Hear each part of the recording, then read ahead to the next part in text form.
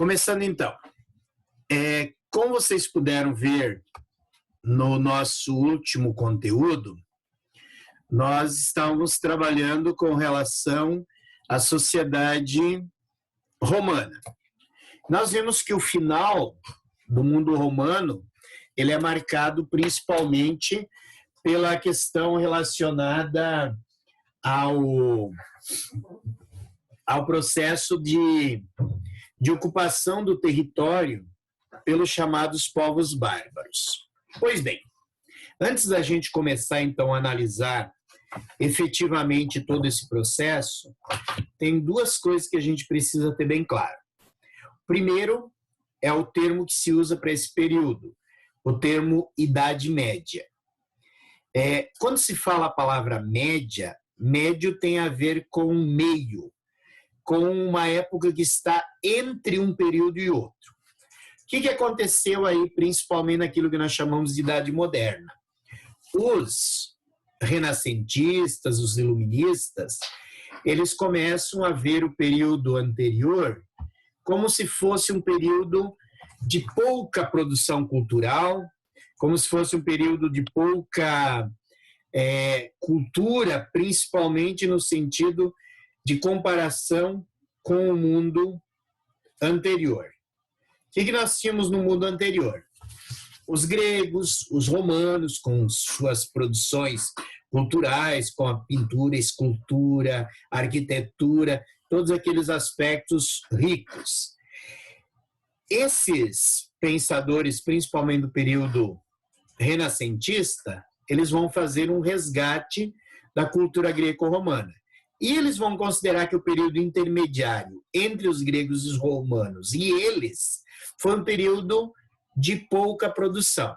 Tanto se vocês olharem a segunda página da apostila de vocês, tem uma sátirazinha ali do Agar, mostrando, tudo escuro, como se eles vivessem na Idade das Trevas. Por que isso? Porque muita gente chama a Idade Média de Idade das Trevas, outros chamam de uma longa noite de 1000 anos. Obviamente, há exageros dos dois lados. Não foi uma Idade das Trevas, não foi uma longa noite de 1000 anos, mas foi, ao mesmo tempo, um período com muitas dificuldades para quem viveu na época. Isolamento nas propriedades rurais, pouca incidência do comércio, pouca vida urbana, cultura praticamente toda controlada pela Igreja Católica. Então, há, sim, uma série de limitações nesse período.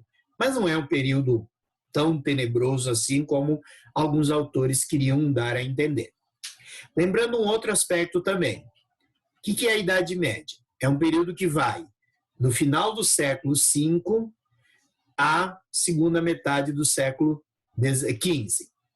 Só que a gente analisa a Idade Média a partir da Europa. E é bom lembrar que o mundo não se limitava à Europa. Enquanto a Europa vivia a sua Idade Média, a sua ruralização, o seu feudalismo, na Ásia, na África, na América, haviam outras civilizações se desenvolvendo. Então, essa visão que nós vamos trabalhar a partir de hoje é uma visão europeizada, mostrando as características do mundo europeu entre o século V e o século XV. Ok? Segunda questão que é importante nós esclarecermos é o uso do termo bárbaro.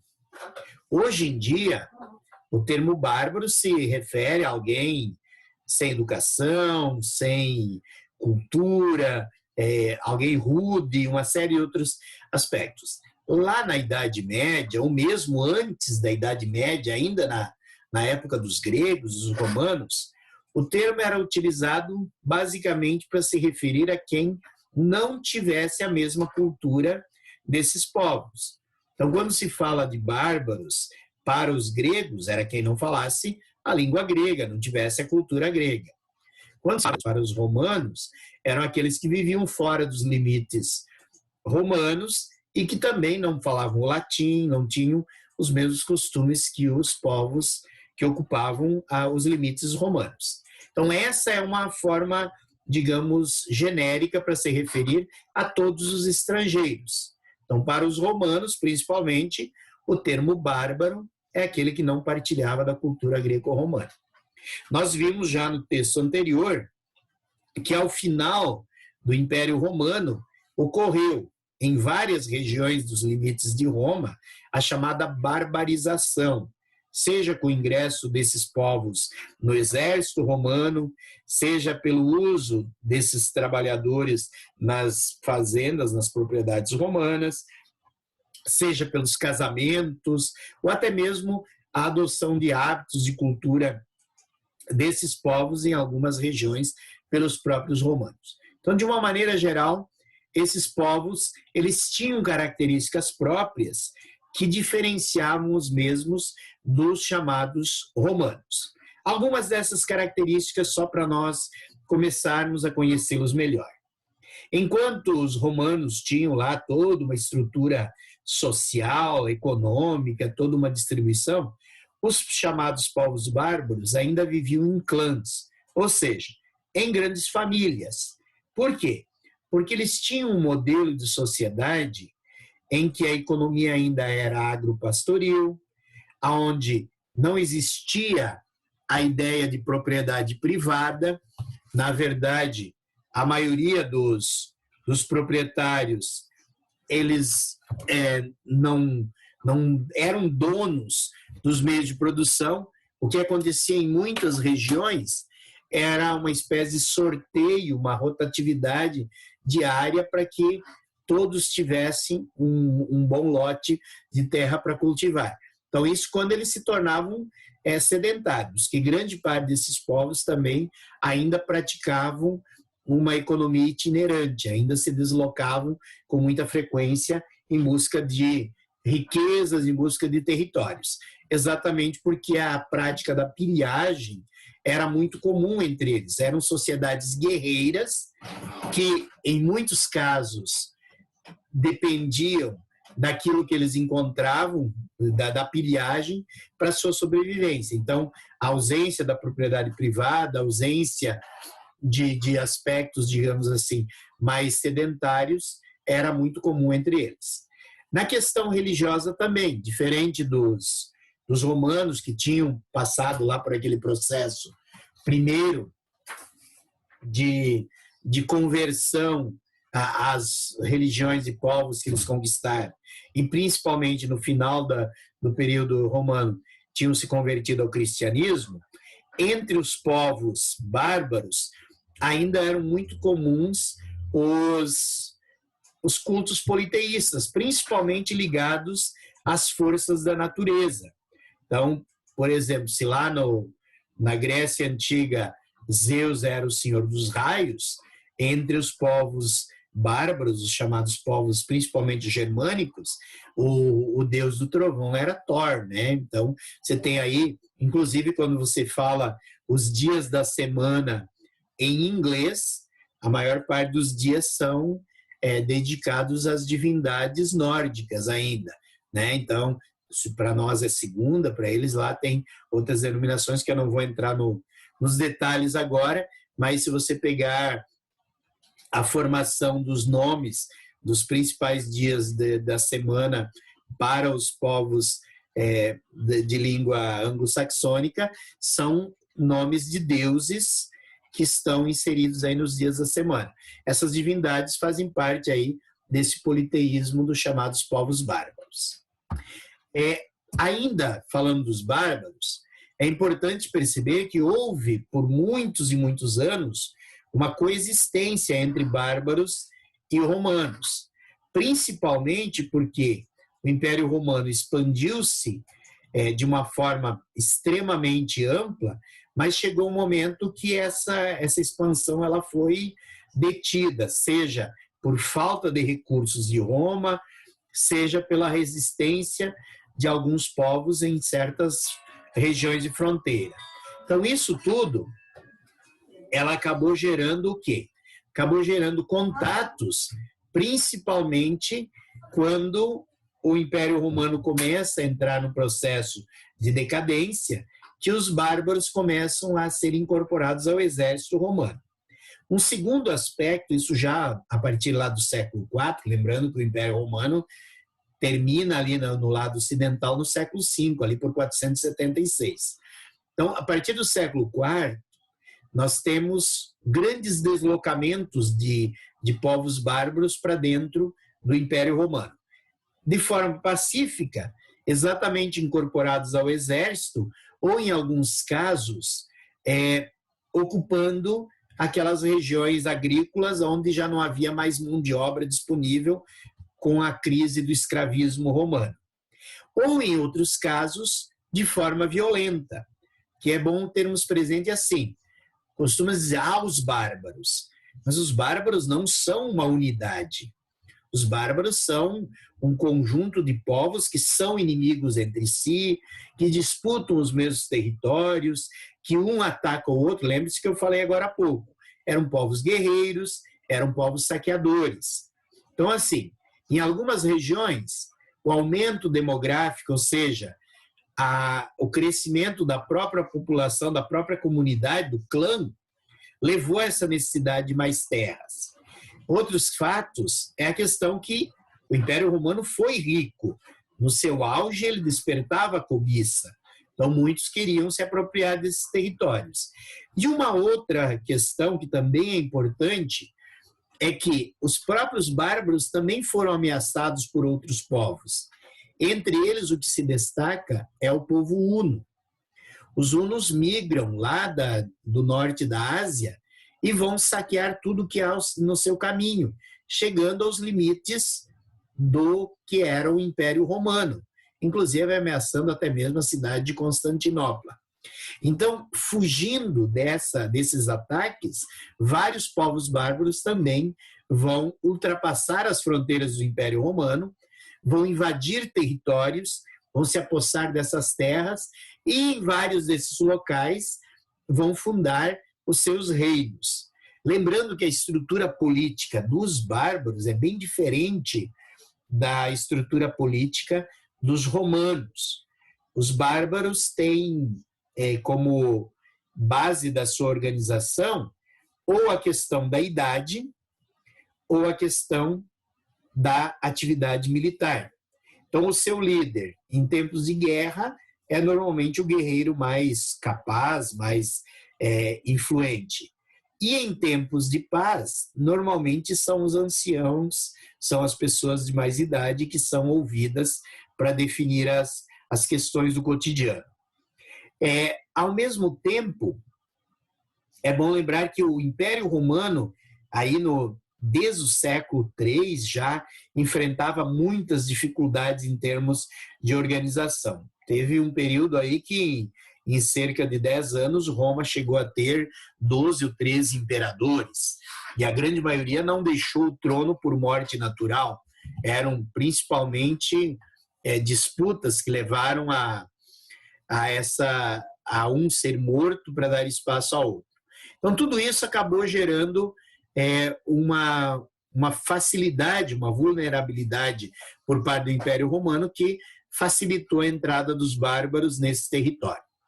A partir disso, então, nós vamos tentar compreender um pouquinho melhor o que vai acontecer no território europeu a partir da chegada dos bárbaros. Uma das características marcantes é o que a gente chama de ruralização da sociedade. Não que essa ruralização tenha ocorrido apenas com a chegada dos bárbaros.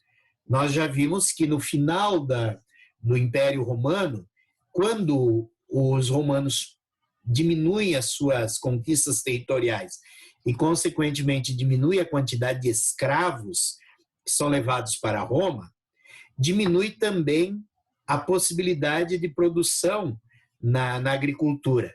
E muitos habitantes das cidades romanas começam a migrar para a zona rural, dando início a um modelo de ruralização conhecido como colonato. O que é o colonato?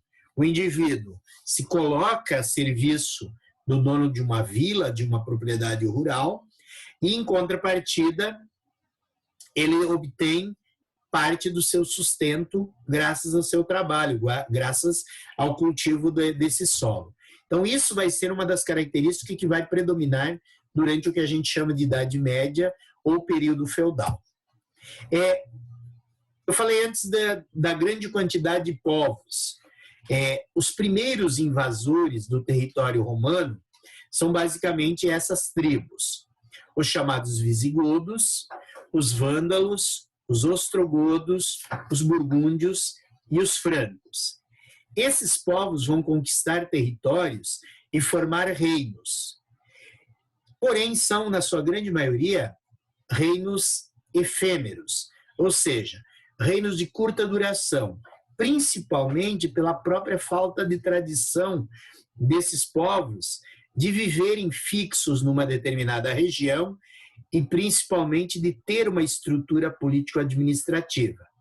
A exceção, basicamente, é a dos francos, que vão conseguir construir um dos reinos mais duráveis e que, em alguns aspectos, quase retoma a grandiosidade do Império Romano do Ocidente durante o seu período de apogeu. O que ocorre dentro desses reinos? Uma fusão, principalmente cultural, uma adoção de vários princípios ligados à sociedade romana, tanto que, se nós olhamos para os territórios que ocupam hoje os antigos reinos bárbaros, na Espanha, em Portugal, na Itália, na França, na Romênia, são países onde a língua é uma língua chamada de língua latina, exatamente porque ela se origina dessa fusão cultural entre o latim, que era falado pelos romanos, e as línguas trazidas por esses povos que vão ocupar esses territórios e criar os seus reinos nesses territórios. Uma característica que é presente entre os povos germânicos são esses dois modos de organização. De um lado, chamado comitatus, e de outro lado, o benefício. Qual é a importância dessas duas tradições? Em primeiro lugar, graças ao comitatus, começaram a se formar os primeiros reinos com seus líderes, com seus reis. Quem é o rei? Basicamente é o líder guerreiro, que conta com a lealdade dos outros guerreiros, graças à sua liderança, à sua coragem, à sua habilidade militar. E, ao mesmo tempo, esse líder se vale do chamado benefício, ou seja, ele conta com a ajuda dos guerreiros para conquistar territórios. E, ao conquistar territórios, ele divide essa área conquistada entre esses guerreiros, garantindo assim a sua lealdade. Essa é uma característica que vai predominar durante a Idade Média com outro nome, né? Vocês já ouviram a expressão suzerania e vassalagem. É basicamente o benefício. O senhor feudal recebe a terra de um nobre mais poderoso que ele, mas em contrapartida se compromete a ser leal a ele, a prestar serviço militar, a garantir apoio, inclusive financeiro, quando esse senhor precisar. Então, o comitatus e o benefício, eles vão ser importantes para a criação dos reinos bárbaros e eles vão ser uma das características com um novo nome, né, com o termo suzerania e vassalagem, vão predominar durante todo o período feudal. Então, essas são duas características dos germânicos que vão estar presentes nesse processo de formação. Aqui, um pequeno detalhamento desses vários povos que migraram, principalmente da região norte e leste da Europa, em direção aos domínios do que a gente chamava de Império Romano do Ocidente. Então, vejo que os hunos vêm lá do norte da Ásia e penetram tanto na região do chamado Império Romano do Oriente, quanto no Império Romano do Ocidente. E são dos principais responsáveis por empurrar várias tribos bárbaras para dentro dos limites de Roma. Mas além desses povos, nós temos aí os vândalos, nós temos os ávaros, os alemães, os anglos e os saxões, os lombardos, os francos, os ostrogodos, os burgúndios, os visigodos, Todos eles formam reinos de curta duração. Por quê? Porque no auge do reino franco, os francos acabam conquistando a maior parte desses territórios. São reinos que não conseguiram uma estrutura tão eficiente a ponto de conseguir manter o domínio sobre as outras regiões, sobre os outros territórios. Mas, partindo disso, o que a gente vai entender nesse processo? Houve uma mudança muito fundamental na Europa entre o final do Império Romano do Ocidente e a decadência do Império Romano do Oriente. Esse período, de cerca de 1000 anos, é conhecido como Idade Média, é marcado principalmente por uma ruralização da sociedade, mas as bases dessa sociedade dita feudal, ela vem a partir do chamado Reino Franco.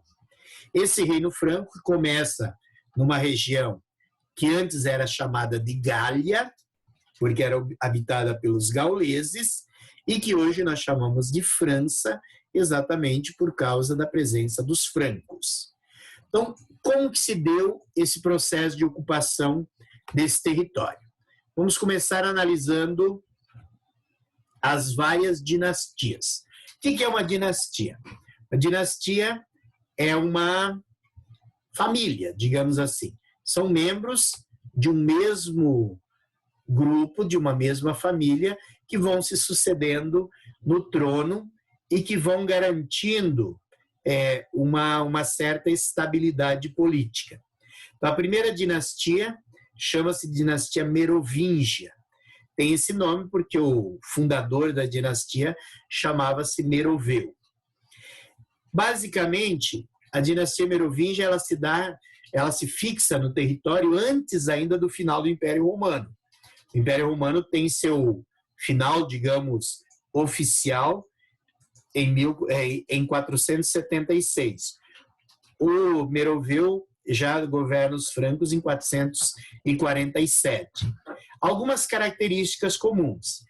Ele vai se juntar aos romanos, principalmente para combater os hunos, que ameaçam o território onde viviam os francos. Mas, aos poucos, essa aliança vai se estendendo com outros soberanos também. Após o reinado de Meroveu, nós temos a ascensão ao poder do rei Clovis. Clovis unifica a monarquia franca, principalmente através de um casamento e, posteriormente, através da sua conversão ao cristianismo. Então, esse é um fato que costuma se atribuir que foi um fator de força para os francos. A conversão do rei franco ao catolicismo, ou na época ao cristianismo, né? E o uso da estrutura da igreja como ferramenta de consolidação da autoridade do rei. O rei passa a ter o seu poder justificado pela igreja. Então, essa aliança entre a igreja cristã e o rei franco vai consolidar a monarquia franca e depois vai permitir que, aos poucos, esse poder vá avançando, vá estendendo-se para outras regiões. Porém, entre o reinado de Clovis e o início da chamada dinastia carolíngia, nós vamos ter um período marcado pelos chamados reis indolentes. É um período bastante longo, são mais de 200 anos aí, em que vários reis da dinastia Merovingia se dedicam muito mais a caçadas, a torneios militares, a qualquer outra atribuição que não seja governar. E aí surge uma figura conhecida como majordomos, ou mordomo do palácio, que é uma espécie de prefeito, uma espécie de administrador. Com o passar do tempo, esses prefeitos ou mordomos vão se tornando tão poderosos que eles acabam assumindo o papel do rei. O exemplo mais marcante desses majordomos é uma figura conhecida como Carlos Martel. Carlos Martel, ou Martelo, é responsável por deter o avanço dos árabes no território ocupado pelos francos. Aí nós temos que voltar um pouquinho no tempo. A partir do final do século VII, os árabes se converteram ao islamismo e iniciaram um processo de expansão territorial. Ocuparam praticamente todo o norte da África e, posteriormente, cruzaram aquilo que hoje é chamado Estreito de Gibraltar. Inclusive se chama Gibraltar porque o líder árabe na época era um califa chamado Gibraltaric. Em homenagem a ele, o estreito se chama Gibraltar. Então, os árabes cruzaram o estreito, entraram na Península Ibérica, conquistaram aquilo que hoje é Portugal e Espanha, e a partir daí mobilizaram seus exércitos para ocupar o restante da Europa. Porém, foram vencidos numa grande batalha, chamada Batalha de Poitiers, em que os francos, liderados por esse major-domos, o Carlos Martel, consegue deter o avanço. E o filho de Carlos Martel resolve destronar o último dos reis merovingios e vai se proclamar rei do Reino Franco.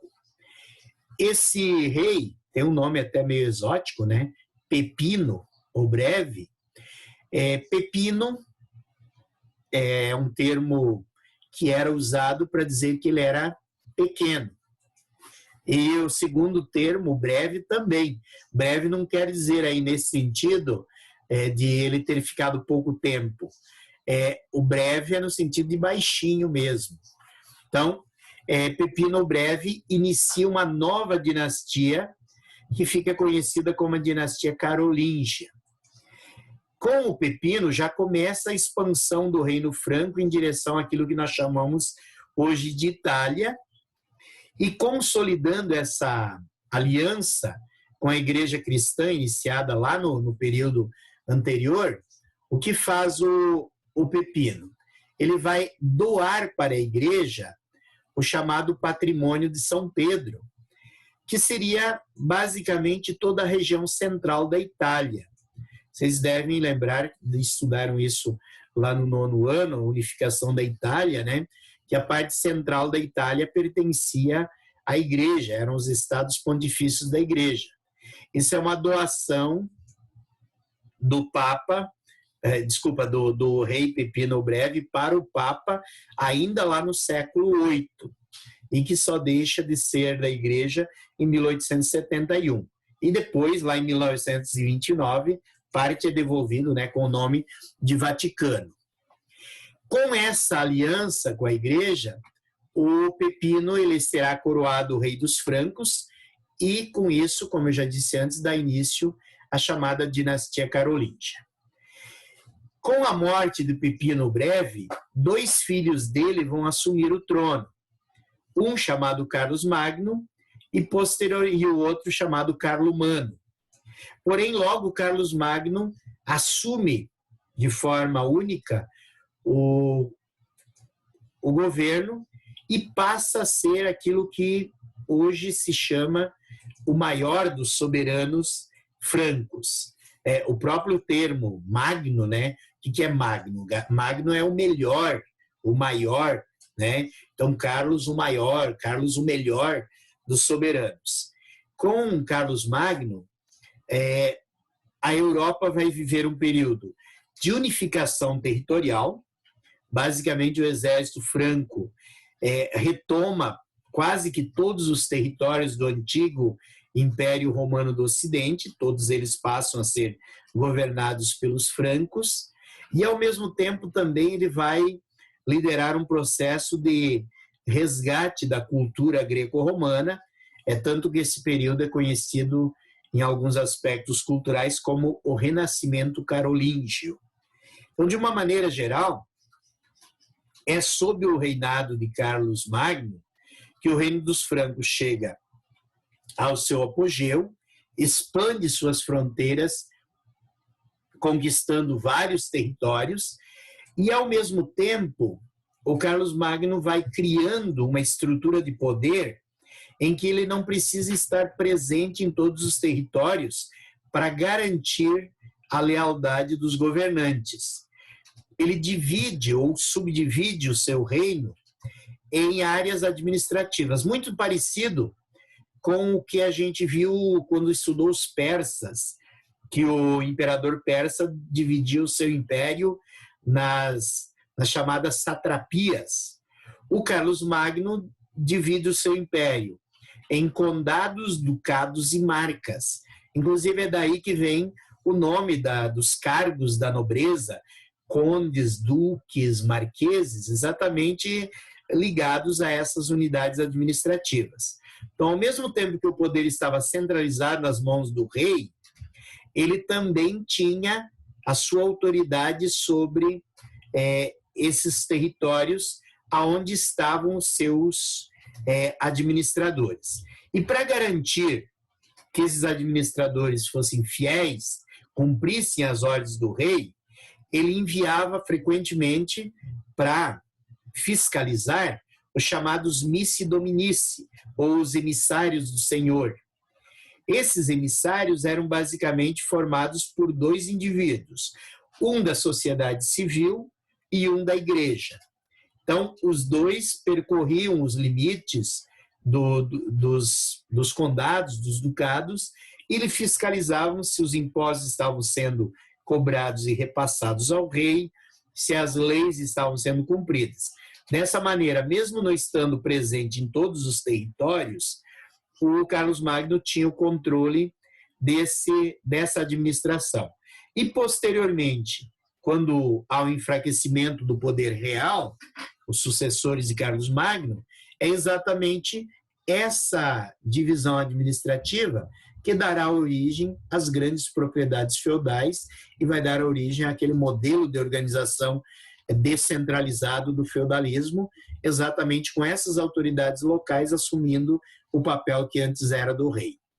Durante seu governo também houve um desenvolvimento comercial, mas ainda bastante, digamos, tímido em relação ao que era o período anterior, o período de domínio dos romanos.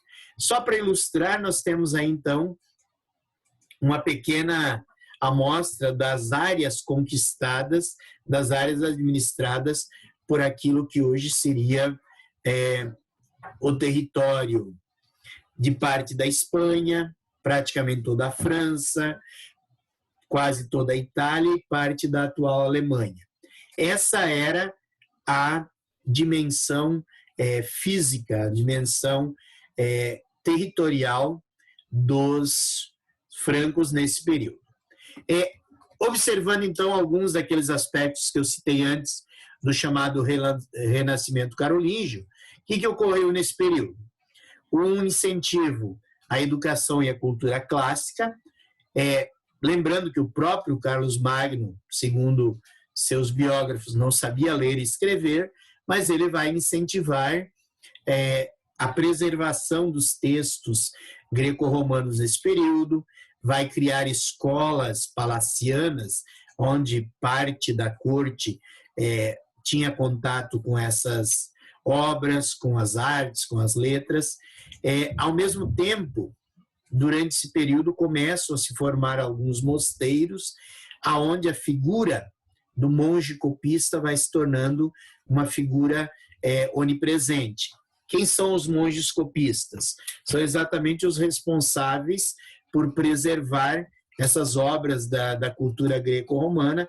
Lembrando, nesse período, tudo era escrito à mão, né? E eram poucas pessoas que tinham essa habilidade e, ao mesmo tempo, também era extremamente caro você produzir um livro, a quantidade de peles de animais, né, de pergaminhos ou de coisas que você precisava era muito, muito grande. Outras características que começam a se desenvolver nesse período é a questão do canto gregoriano. O canto gregoriano é basicamente um canto baseado apenas na voz, né, sem instrumentos musicais, e aos poucos começam a surgir, então, algumas manifestações culturais próprias do período.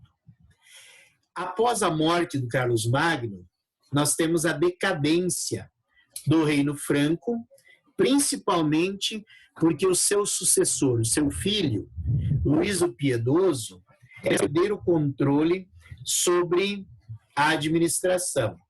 Começa, aos poucos, a haver o poder da igreja interferir na administração e, com isso, começa a haver também as autoridades locais, os condes, os duques, os marqueses, começaram a usurpar o seu poder, começaram a tomar medidas individuais nessas regiões.